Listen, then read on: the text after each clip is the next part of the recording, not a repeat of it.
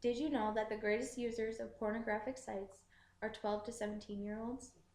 Media has a huge influence on educating sexual behaviors to young teens.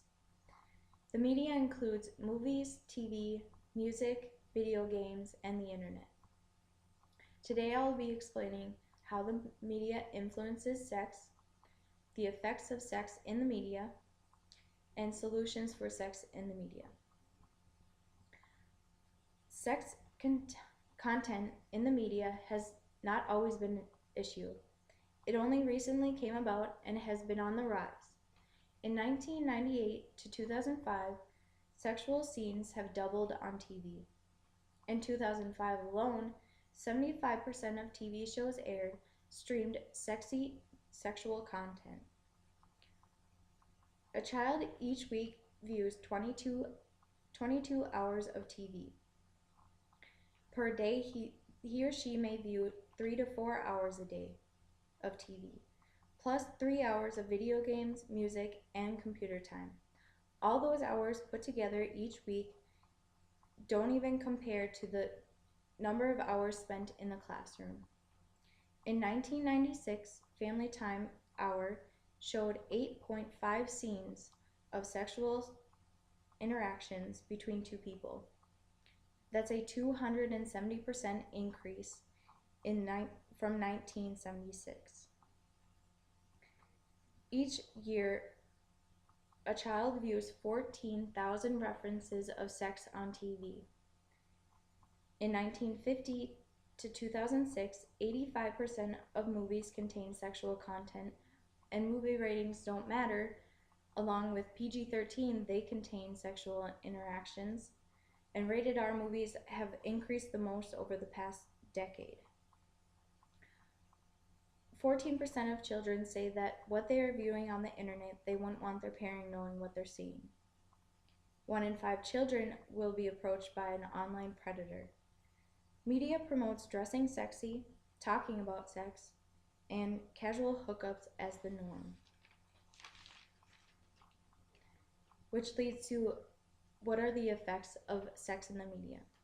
Media has led teens to believe that sex has no risks or consequences.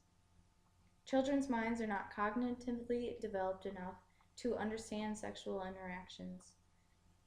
15 to 19-year-olds that were studied, 50% of them say that they have sex.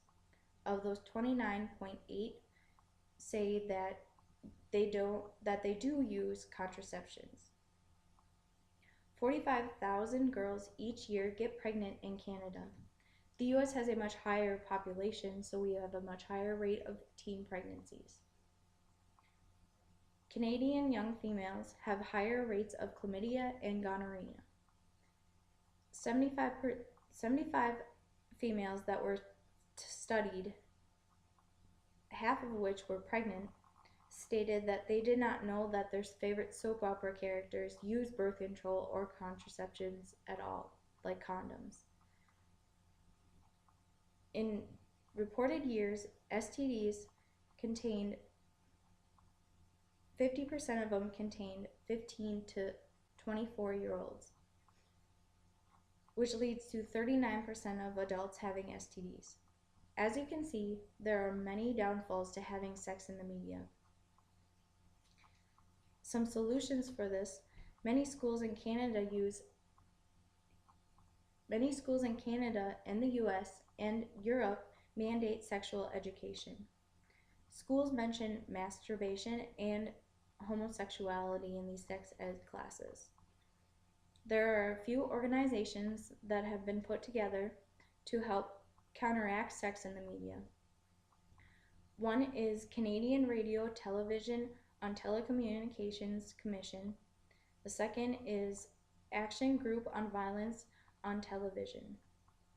They're both nonprofit organizations, volunteers only, and created in 1993. A rating system was created in 1997 by Canadian inventors.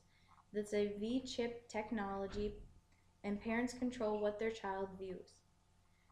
An American Academy of Pediatrics states that no more than 2 hours of media per day for a child. The media is a powerful teacher, and it tells us that sex and sexuality, and especially it doesn't talk about contraceptions. If it is given properly to a certain age and in a proper way, it could be very beneficial to young teens.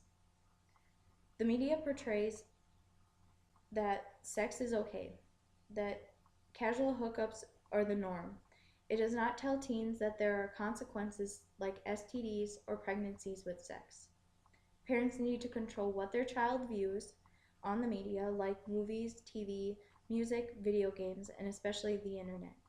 66% of boys and 40% of girls say that their number one source for sex is the media.